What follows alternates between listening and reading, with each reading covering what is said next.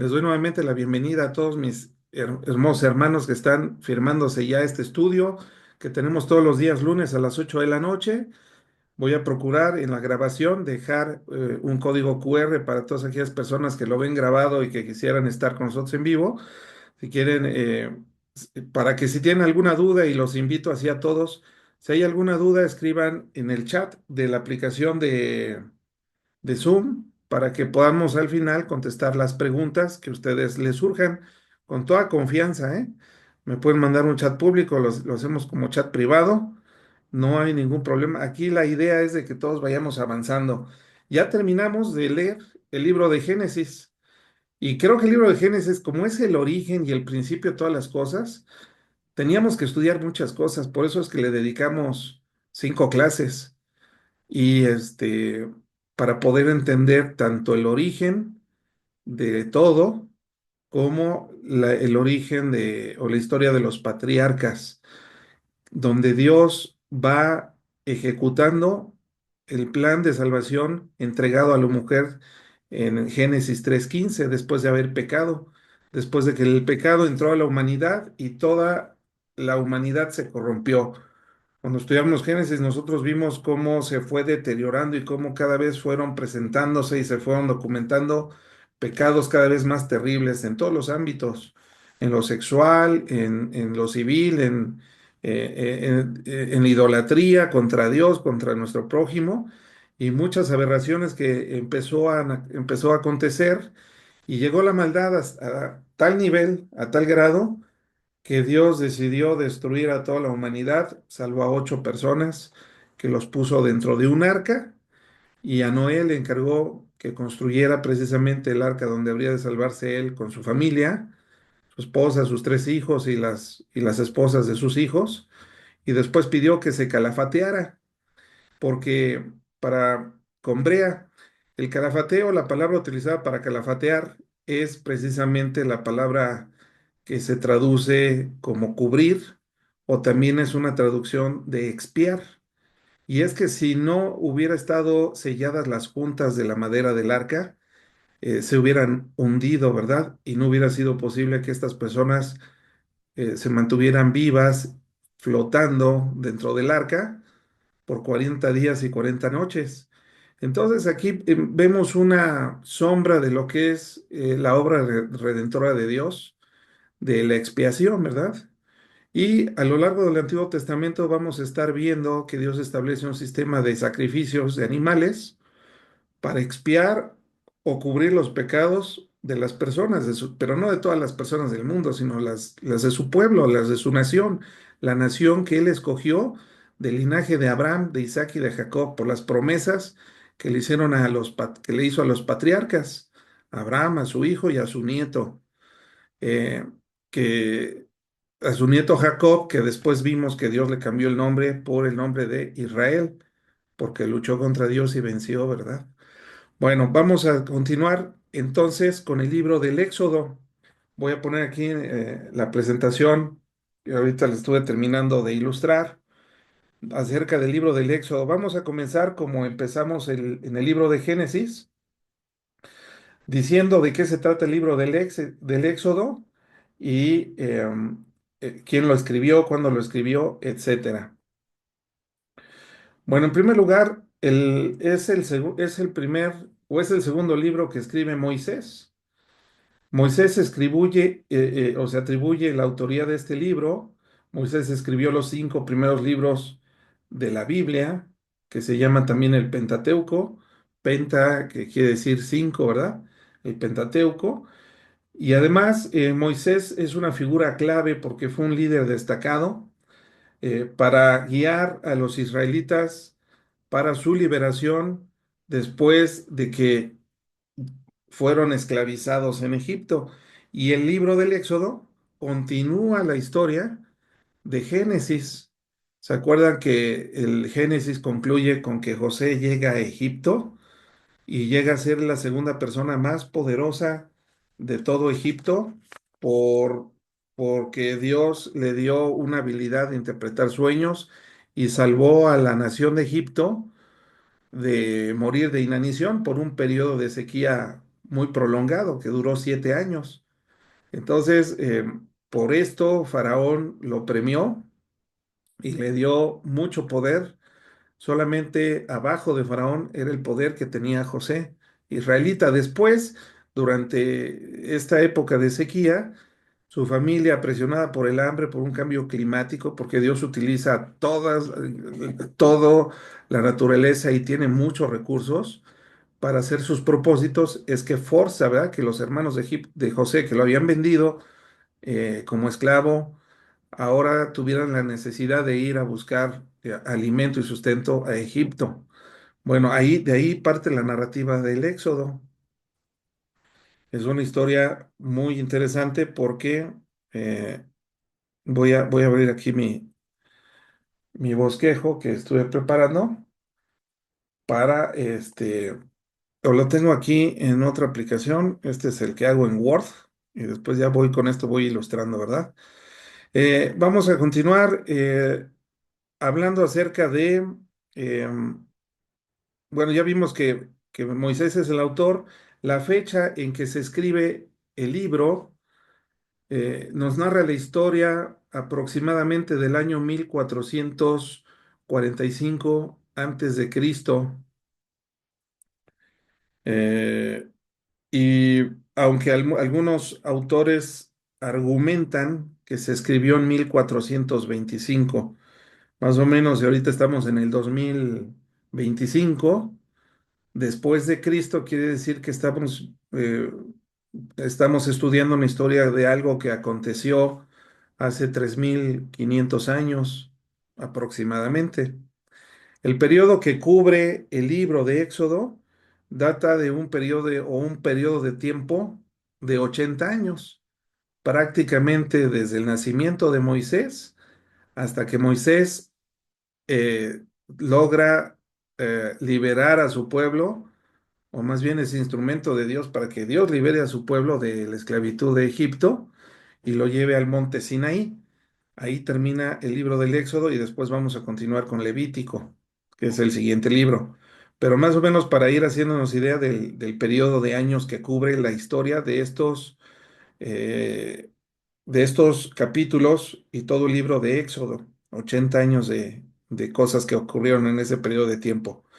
Bueno, el propósito del libro es, Dios nos quiere decir la historia de los tratos de Dios con los descendientes de Abraham, porque de los descendientes de Abraham, de Isaac y de Jacob, específicamente de Jacob, que alcanza él a llegar o Israel, que alcanza a llegar a Egipto y que ahí es enterrado, ahí muere en Egipto y tuvo 12 hijos, entre ellos José, pero tuvo 12 descendientes eh, y llegan ahí a Egipto.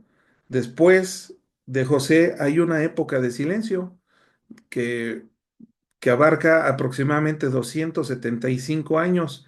Y en este periodo de tiempo, que no nos da detalles la Biblia, sabemos que pasan muchas cosas, o específicamente pasan dos cosas. En primer lugar, la población del pueblo de la nación de Israel que llegó a Egipto, de ser 75 personas las que entran a Egipto, eh, tienen un crecimiento exponencial, ¿verdad? Eh, eh, y llegan a ser 2,5 millones de personas al cabo de 400 años de haber llegado a Egipto.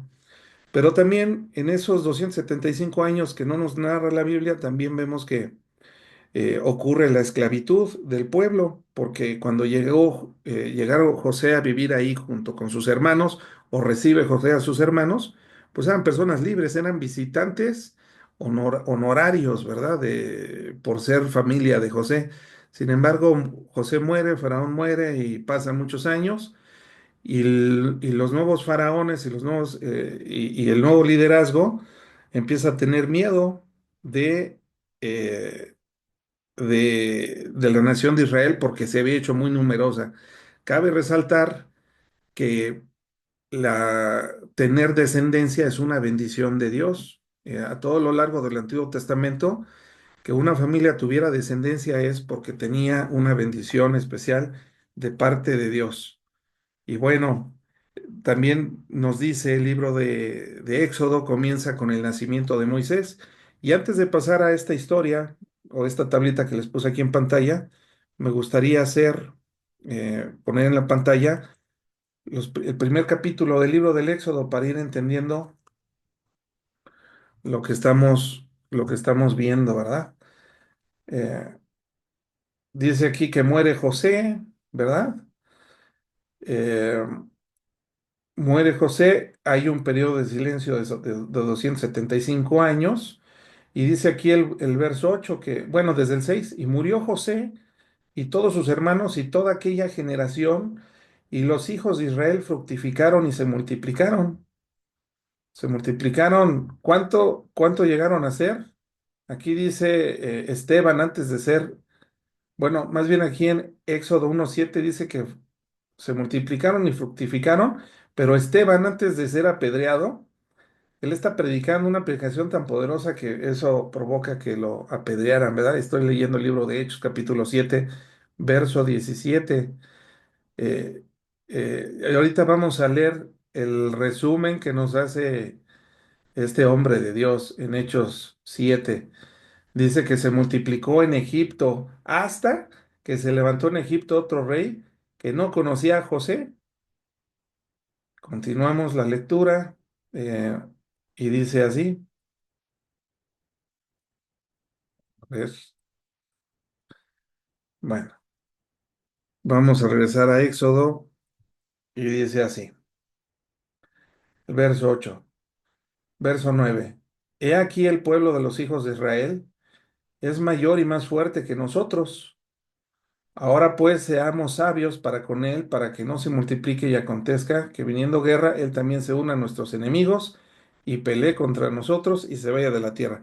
Bueno, había intereses políticos para mantener al pueblo de Israel en Egipto. Era una fuerza importante laboral y también de guerra. El nuevo faraón que no conoció a José, que no sentía amor por José, empezó a tener temor. Probablemente este temor, y eso es dicho mío, bueno, lo dice la Biblia, le empezó a dar miedo. Ese miedo probablemente yo creo que Dios lo infundió en este nuevo rey. Y aquí estoy presentando la dinastía de los faraones que estuvieron durante el periodo que narra estos 80 años del Éxodo. En 1549 estuvo el faraón llamado Amosis I. Fue cuando él reinaba, cuando nace Moisés con su hermano Aarón. Después dice aquí inicio del reinado de Amenofosis I. Ahí nace en 1525 y está la muerte, me imagino, de su papá, ¿verdad? Amosis I.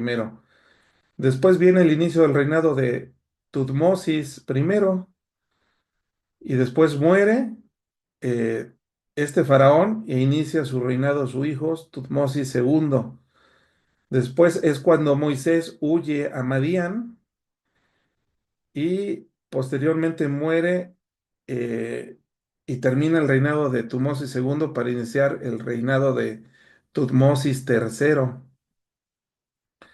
Y aquí es donde, más o menos aquí podemos ir encontrando la historia, ¿verdad? Cuando empieza el Éxodo y por aquí viene la edad de Moisés, 80 años. Entonces, digamos que cuando Moisés ya está fuera o termina el libro del Éxodo, son los faraones que habían pasado por ahí, ¿no? Entonces, ¿quién fue el faraón con el que estuvo peleando Moisés? Tutmosis III, ¿verdad? Ese fue el reinado. Egipto, cabe señalar, y es importante mencionar, que no pasaba por una edad sombría en cuanto a su economía o su poder. Al contrario, era una de las naciones más fuertes y uno de los imperios más fuertes en su momento. Moisés no era cualquier imperio, era un imperio sumamente fuerte, como después se levantó Babilonia o el imperio romano o los asirios o los persas, ¿verdad? Los medos y los persas. Egipto. en la Biblia representa la esclavitud y al representar la esclavitud representa también el pecado. Bueno, vamos a ver, vamos a continuar la lectura. Dice que viene un periodo de esclavitud por temor a una nación que se había hecho grande. Eso está narrado en Éxodo 1 hasta el verso 14, donde dice que y los egipcios hicieron servir a los hijos de Israel con dureza y amagaron su vida con dura servidumbre en hacer barro y ladrillo y en toda labor del campo y en todo su servicio, lo cual obligaban con rigor. La nación de Israel estaba sufriendo porque estas personas, como les tenían miedo, los tenían bajo esclavitud y además querían explotarlos. O sea, era una nación terrible que explotaba con dureza, lo dice. Después continúa una historia de un infanticidio en los siguientes versos. Vamos a leerlos porque eso es muy importante. Porque si alguien nos pregunta por qué ocurrió, por qué Moisés, por qué querían matar a Moisés cuando era niño, bueno, pues aquí nos da la respuesta. Dice que habló el rey de Egipto a las parteras de las hebreas, una de las cuales se llamaba Cifra y otra Fua, y les dijo, cuando asistáis a las hebreas en sus partos y veáis el sexo, si es hijo, matadlo, y si es hija, entonces viva. Pero las parteras temieron a Dios y no hicieron como les mandó el rey de Egipto, sino que preservaron la vida a los niños. El rey de Egipto hizo llamar a las parteras y les dijo, ¿por qué no habéis hecho esto, que habéis preservado la vida de los niños? Y las parteras respondieron a Faraón, porque las mujeres hebreas no son como las egipcias, pues son robustas y dan a luz antes que la partera venga a ellas. Y Dios hizo bien a las parteras y el pueblo se multiplicó y fortaleció en gran manera. Y por haber las parteras temido a Dios, él prosperó sus familias. Entonces Faraón mandó a todo su pueblo diciendo, echad al río a todo hijo que nazca y a toda hija preservad la vida. Bueno, aquí vemos esta historia muy interesante. Ya no querían que se multiplicaran, ¿verdad? Que ya no hubiera más varones. Ellos temían que se levantaran también como una fuerza enemiga. Querían solo quedarse con las muchachitas, con las mujercitas. Sin embargo, aquí nos habla la Biblia de las parteras, representadas seguramente por Cifra y otra Fua, que los teólogos argumentan que es improbable que solamente haya habido dos parteras para 2,5 millones de habitantes, que seguramente eran de la escuela de Cifra o de Fua, ¿verdad? Representantes de una u otra, de otra. No importa si fueron dos o fueron muchas parteras, lo que sí sabemos es que fueron personas, y nuevamente son mujeres, temerosas de Dios. Más temerosas de Dios que de los hombres. ¿Cuántas mujercitas de aquí son temerosas de Dios y van a hacerle caso a Dios antes que a sus jefes? Y miren que estas mujercitas tenían un jefe que no era cualquier jefe, era el faraón, el hombre más poderoso del mundo antiguo y de la época donde ellas vivían. Sin embargo, aquí dice Dios que se agradó de ellas y las bendijo. Cuando nosotros somos obedientes con Dios, hay bendición de Dios y hay prosperidad. Prosperidad en todos los aspectos, no solamente económica, que muchos asociamos la prosperidad con la economía. Hay muchas formas de prosperar. La economía solamente es una de las muchas formas con que Dios puede bendecir a una persona que es temerosa de Él y que prefiere hacer caso a Dios antes que a cualquier hombre. Entonces aquí nosotros vemos y continuamos en la presentación, vemos cómo se va desarrollando la historia del libro del Éxodo. Aquí, por ejemplo, vemos a la mamá de Moisés que manda que le pongan a Moisés en un cesto al bebé y lo echen en el río. Obviamente el cesto, al igual que el arca de Noé, estaba calafateado para que no le entrara agua. Y milagrosamente Dios hace que Moisés nazca, o más bien sea rescatado por las siervas de la esposa de Faraón, y crece, es adoptado y crece ahí, pero no me voy a adelantar, vamos a seguir entendiendo el bosquejo del libro del Éxodo.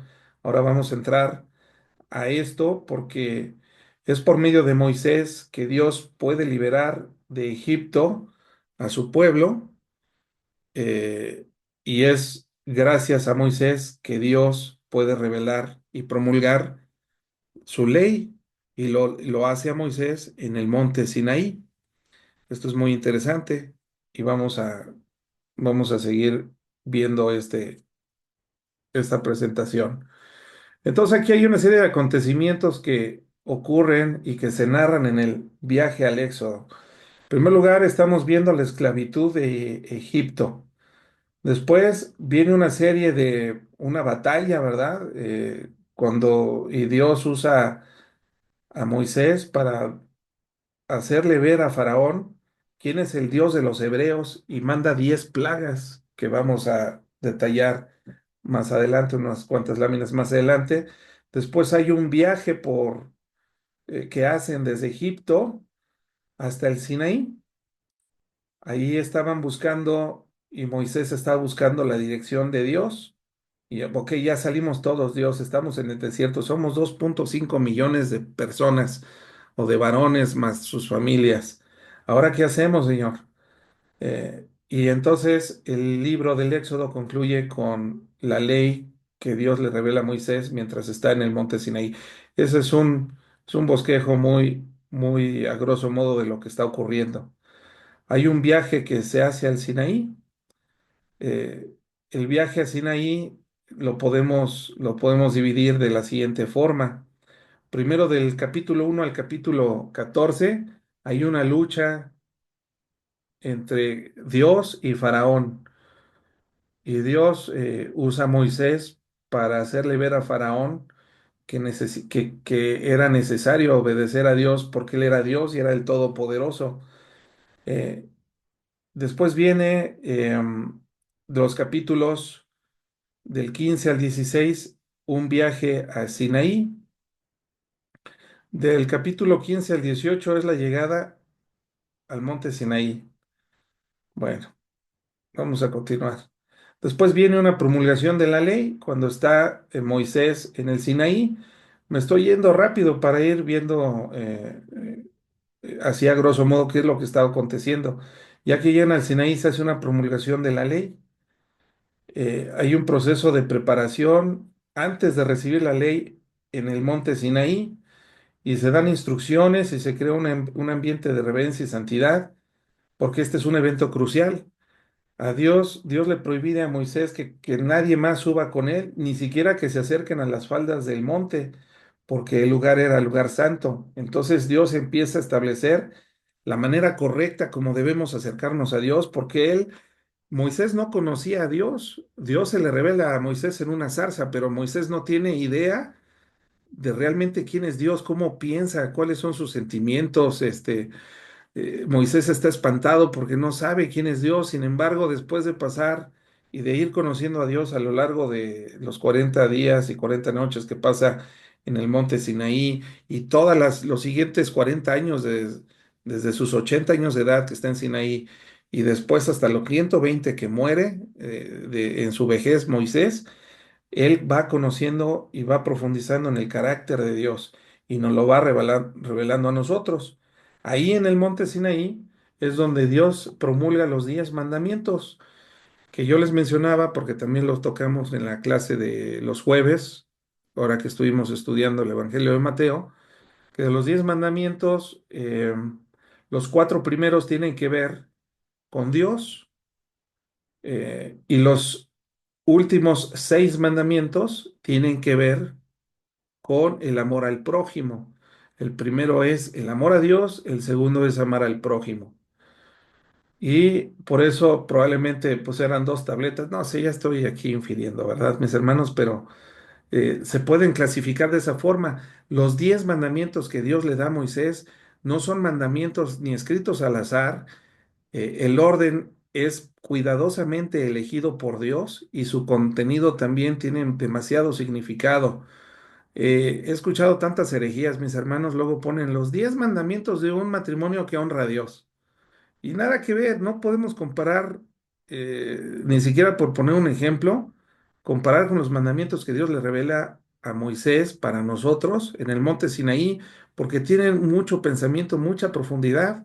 Y si nosotros queremos ponerle los 10 mandamientos a cualquier cosa, pues estamos limitando y rebajando la calidad del contenido y de la profundidad de los mandamientos que Dios da y que ningún hombre tiene la capacidad intelectual de poner ejemplos, ¿no? Como los 10 mandamientos. Evitemos poner ejemplos así.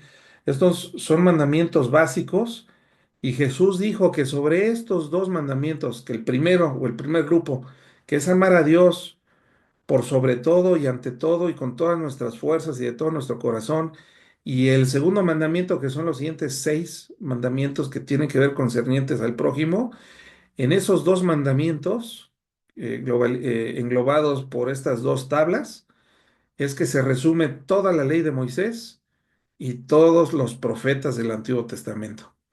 Y eso es algo muy interesante porque Jesús nos empieza a enseñar la interpretación correcta de la ley y de los profetas. Continuamos con este panorama general, este bosquejo general del Éxodo. También se dan promulgación de leyes civiles. Dice, ahí le puse en la presentación, para regular la vida comunitaria del pueblo de Israel o de la nación de Israel, abordando todo aspecto de justicia, derecho y deberes. Estas reglas fueron diseñadas principalmente para promover el amor al prójimo. Sin embargo, y vamos a profundizar en ello, también la ley que Dios le da a Moisés es para que nosotros, tanto Moisés y los antiguos como nosotros que ahora vivimos 3.500 años después, entendamos que el carácter de Dios, si bien es de amor, también es de justicia, porque sobre el amor y la justicia es que se fundamenta la redención que Jesucristo eh, ejecuta a la perfección durante su ministerio con su sufrimiento, su crucifixión, su muerte y su resurrección. La redención es un tema muy importante que nosotros estamos viendo que fue prometida desde el origen en Génesis 3:15 y que se va desarrollando a lo largo de la historia de la humanidad. Aquí en Éxodo estamos viendo cómo Dios está revelando su carácter justo y su carácter santo, porque Dios quería que todos los que forman parte del pueblo de Dios sean personas santas y justas. Éxodo 19:6, se los voy a poner aquí en pantalla. Fíjense lo que dice el Señor. ¿Cuál es la intención de Dios al revelar su ley?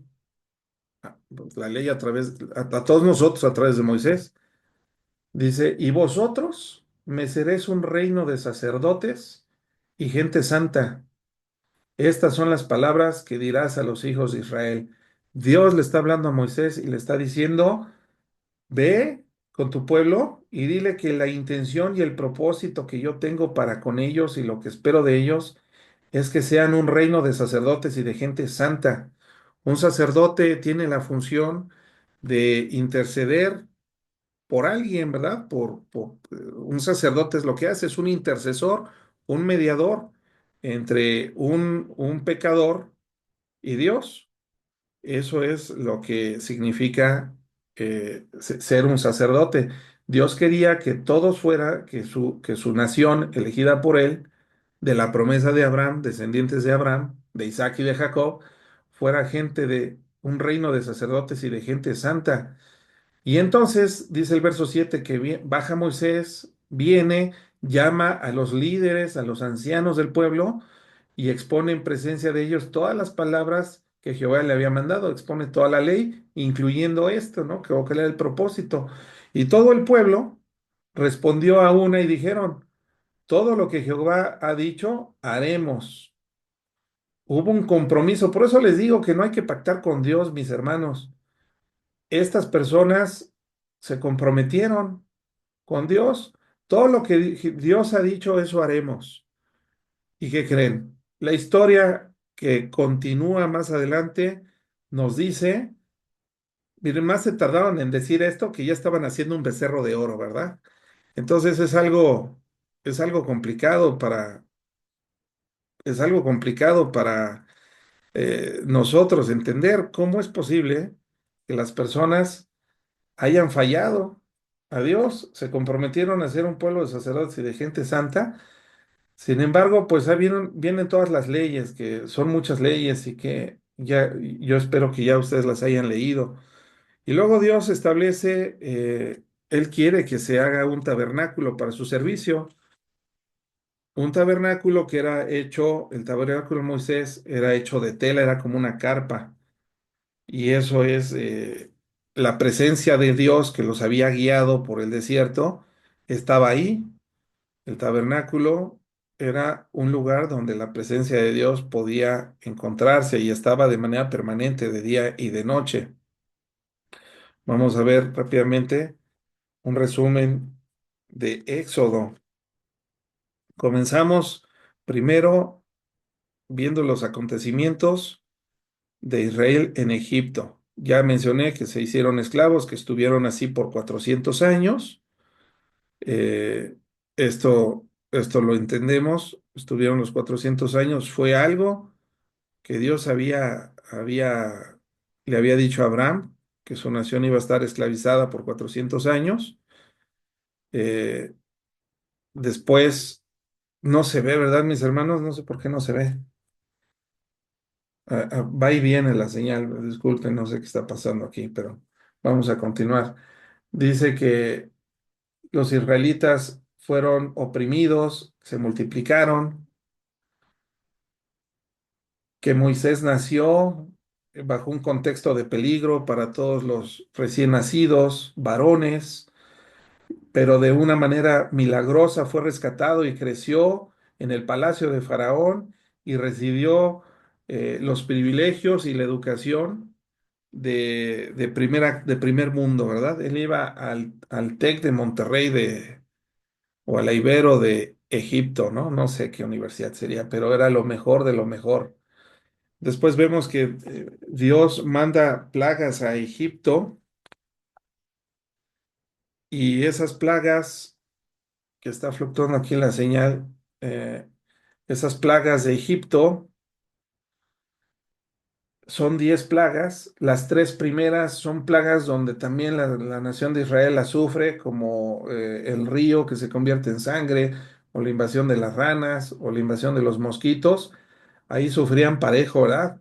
Egipcios y israelitas. Sin embargo, hay otras plagas donde son exclusivas para los egipcios. Y la última plaga, que es la muerte de todos los primogénitos, solamente es bajo la protección de Dios, que no mueren los primogénitos de los israelitas. Ellos tenían que hacer algo, una ordenanza por Dios, que era poner sangre en los dinteles de sus puertas para que no murieran sus primogénitos. Esas son las 10 plagas que Dios ocupó para hacerle ver al faraón que Dios, el Dios de los israelitas, era el Dios todopoderoso. Vemos que también en el Éxodo se instituye la Pascua, y la Pascua fue un recordatorio de la liberación divina. La noche previa a la muerte de todos los primogénitos, Dios le pide a Moisés y a Aarón que mande poner eh, sangre de un cordero, eh, en los dinteles de sus puertas. Y ahí les puse una fotografía a mis hermanos, donde se ve que ponen la sangre en el marco superior y en el dintel izquierdo y derecho de cada puerta. Ah, a ver, no sé por qué. está fallando esto, pero vamos a tenerle paciencia. Bueno, si se fijan, mis hermanos, hay un detalle aquí interesante que algún día lo escuché y me hizo mucho sentido. Si nosotros ponemos una cruz del tamaño de la puerta y la queremos atravesar por este dintel, la cruz va a hacer contacto con el marco de la puerta precisamente en la parte superior y en cada uno de los costados. Aquí el Señor, nosotros podemos entender que este es un símbolo, el derramamiento de la sangre de un corderito. Aún estaba señalando o estaba apuntando aquí hacia el sacrificio futuro de Jesucristo en esa cruz, en el Monte Calvario, eh, que también se conoce a Cristo como el Cordero de Dios que quita el pecado del mundo. Tenía precisamente que haber una muerte de un cordero para que entonces no pasara la muerte y no entrara a ese hogar. Hoy en día, cualquier familia que tenga a Cristo morando dentro de él a través del Espíritu Santo, la muerte más no tiene ya más miedo o no debe tener miedo a la muerte o temor a la muerte, porque así como Jesucristo resucitó al tercer día, nosotros resucitaremos en el día postrero, cuando llegue el colmo de la maldad y descienda Jesucristo con gran poder y gloria a este mundo. Y entonces tomará a todos los muertos en Cristo primero y les va a dar un cuerpo. Esa es la resurrección de los muertos. Un cuerpo eterno, inmortal, un cuerpo celestial capaz de vencer la ley de la gravedad, un cuerpo que ya no envejece, es librado de la muerte. Sin embargo, todo el Antiguo Testamento, Dios nos va mostrando una prefigura de lo que habría de hacer después en el Nuevo Testamento con el nuevo pacto a través de Cristo. La liberación de la nación de Israel culminó con la destrucción del ejército egipcio en el Mar Rojo. Viene la humillación, ¿verdad? De Egipto. Faraón, que después de que deja salir a su pueblo de Egipto, al poco tiempo se arrepiente de haberlos dejado ir y promete que los va a matar. Y entonces corre junto con su ejército para darles alcance en el desierto, sabiendo que no iban a llegar muy lejos, 2,5 millones de personas arrastrando sus carretas y sus animales, iban a un paso muy lento, pero Dios los arroja al mar muerto cuando el ejército de Faraón intenta atravesar el mar rojo, es destruido. Y este hecho es fundamental para reafirmar la salvación de Israel y la superioridad de Dios sobre los dioses egipcios, pero sobre todo, mis hermanos, la liberación de Dios de los que creemos en Él de Egipto, que es el pecado, que es nuestro antiguo estilo de vida, donde éramos bien borrachos, éramos bien mentirosos, éramos unos adúlteros, unos fornicarios, donde éramos gente de lo peor. Cuando llegamos a Cristo, Dios destruye a la nación de Egipto, el ejército poderoso de Egipto, que no es otra cosa, o si lo podemos traspolar, al ejército de Satanás y también eh, y nuestras propias pasiones, ¿verdad? Porque Dios nos salva hasta de nosotros mismos a través de escribir una nueva ley en nuestro corazón, en nuestra mente, a través de la presencia del Espíritu Santo en la vida de todos los creyentes. Entonces ahí hace algo parecido aquí Faraón, bueno, Dios con Faraón lo destruye, lo humilla. Continuamos y dice así la presentación. Vienen algunos detalles del viaje al monte Sinaí. Bueno, este viaje es fundamental para la narrativa del Éxodo, marcado por el trayecto donde Israel se prepara para recibir la ley. El recorrido que hace Moisés hacia Sinaí es un recorrido bastante extenso que abarca varios kilómetros. Sin embargo, no van solos, la presencia de Dios va con ellos. A través de este viaje, ellos van enfrentando peligros, pruebas. El principal peligro es la falta de alimentos y la escasez de agua también. Aquí vemos cómo la nación, el pueblo de Israel, cruza eh, y es ayudado por un Dios de manera sobrenatural. Por eso, para los que estamos en Cristo, nada nos puede detener. Todo lo puedo en Cristo que me fortalece porque el Señor va con nosotros. Aunque estemos en lugares áridos, aunque haya necesidad, el Señor está con nosotros. El Señor estaba preparando a su pueblo para llegar al monte Sinaí y que Dios le revelara su voluntad, su amor y su justicia.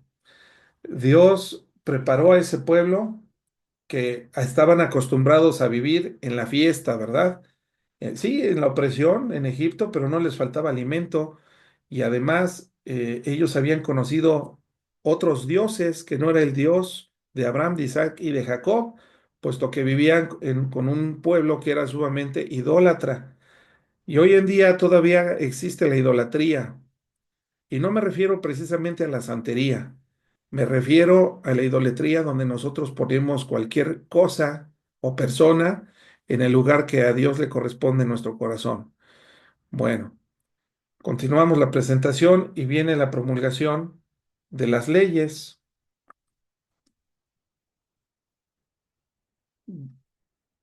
de las leyes, de los 10 mandamientos.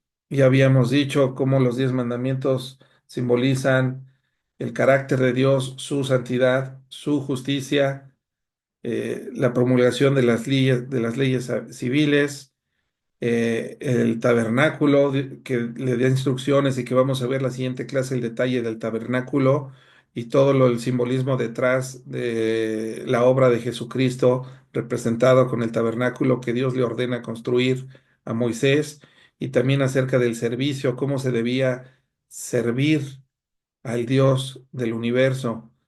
Entonces se preparan para la construcción del tabernáculo. Ahí intenté poner ahí una representación gráfica del tabernáculo que era además portátil, por eso era una carpa, porque ellos no estaban fijos en un lugar en el desierto, sino que por 40 años, por un castigo de Dios, estuvieron desarmándolo y armándolo, ¿verdad? Donde Dios les mostraba que tenían que parar, ellos paraban y establecían sus tiendas y entre ellas también levantaban el tabernáculo. Y así estuvieron viviendo de manera milagrosa, siendo alimentados por el Dios del universo. Y hay otros simbolismos que vamos a seguir tratando en las siguientes clases. Hay un incidente que ocurre con un becerro de oro. Mientras Moisés está arriba en el monte Sinaí, el pueblo desilusionado porque pensaban que ya se había muerto Moisés, le piden a Aarón, al hermano de Moisés, que había acompañado a Moisés a hablar con Faraón y que también era profeta, por supuesto, de Dios, se revela y le piden a Aarón que les haga un becerro de oro y entonces todos cooperan con lo que tenían de oro, lo funden y hacen un becerro de oro. Esto es algo insólito porque la voluntad de Dios siempre ha sido que lo amemos a Él por encima de todas las cosas. Y Dios aborrece la idolatría, por eso los primeros cuatro mandamientos Dios quiere que quitemos cualquier imagen o cosa que tome el lugar de Dios. Entonces los cristianos, por eso nosotros, tanto cristianos como judíos, entendemos que no podemos tener alguna representación material de Dios. Ah, es que yo me hice esta mochilita, aquí traigo una fotografía y esto siempre va conmigo y me acompaña, ¿no? Eso no es. Eso es idolatría, mis hermanos, llamémosle como le llamemos. Y hay gente que le habla de otras formas y quiere hacer el pretexto, pero la ley de Dios que le dio a Moisés en los 10 mandamientos es muy clara. No te harás imagen de nada, porque Dios es eterno, es grande, es inmenso, está por encima del tiempo, del espacio, y no podríamos simplemente hacer nada para representarlo. Ocurre un incidente que les va a costar estar dando vueltas 40 años en el desierto hasta que esa generación de gente rebelde muere en el desierto para que su descendencia ya puedan tomar posesión de la tierra que Dios le prometió a Abraham. ¿Se acuerdan que Abraham ya le había pedido a Abraham que entrara a la tierra prometida? Y que era la tierra donde fluía leche y miel, y que era la tierra que Dios había predeterminado o había determinado desde la eternidad que habitara Abraham, la tierra donde hay bendición. Esa es la promesa que Dios quiere para su pueblo. Sin embargo, a causa del pecado y de la constante rebelión de la humanidad, es que esa generación no entra a la tierra prometida, sino hasta después.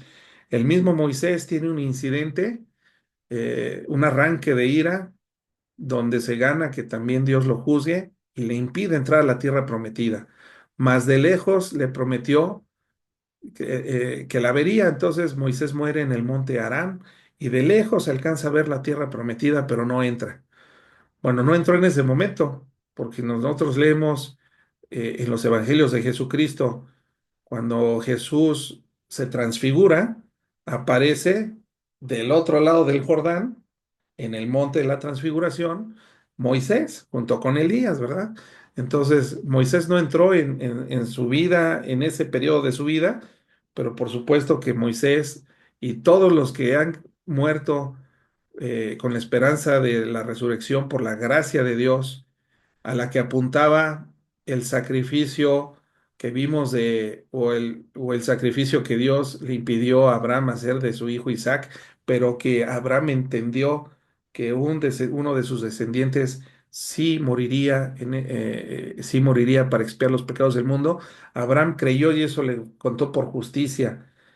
Aunque Cristo se tardó muchos más años en venir, más o menos como 2000 años, 2000 años en venir, 1700, 1800 años en venir, en nacer, Abraham vio porque entendió que habría de venir el Mesías a morir, el Cordero de Dios que habría de dar su vida en propiciación y en rescate por muchos, por su pueblo, por su descendencia. Bueno, continuamos con la construcción del tabernáculo, eh, que se lleva a cabo según las instrucciones, unas instrucciones que cuando ustedes lo lean, le voy a orar para que Dios impida que se duerman, porque todo lo que es la institución de las leyes, como cuando empiezas a leer todas las leyes que Dios empieza a darle a promulgar, es un poquito pesado.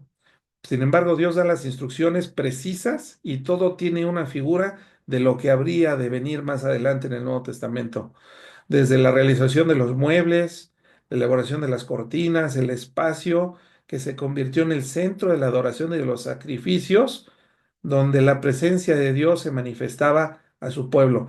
Todo eso es el tabernáculo que Dios le manda eh, construir a Moisés. Bueno, vamos a dejarlo hasta aquí, mis hermanos, porque la siguiente clase voy a tocar eh, todos los aspectos mesiánicos que son tratados en este libro tan importante del Éxodo, y sobre todo todos aquellos relacionados con la redención. El tema principal del libro del Éxodo es la redención. El Señor no quería otra cosa sino redimir a su pueblo, a su gente, a la humanidad que había caído en pecado desde Adán y Eva. Sin embargo, Dios estaba utilizando a Faraón y todas las cosas para enseñarnos a nosotros su carácter. Y la Biblia, que fue un libro escrito de manera progresiva, la revelación fue progresiva a través de Moisés y después de otros 39 autores, ya la tenemos completa, mis hermanos.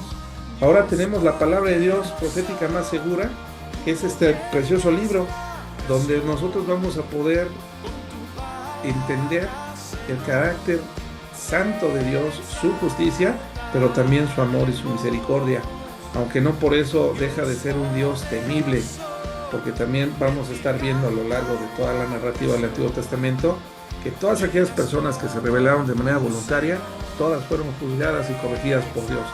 Algunas sentenciadas a perdición eterna, mientras que otros tuvieron muertes prematuras.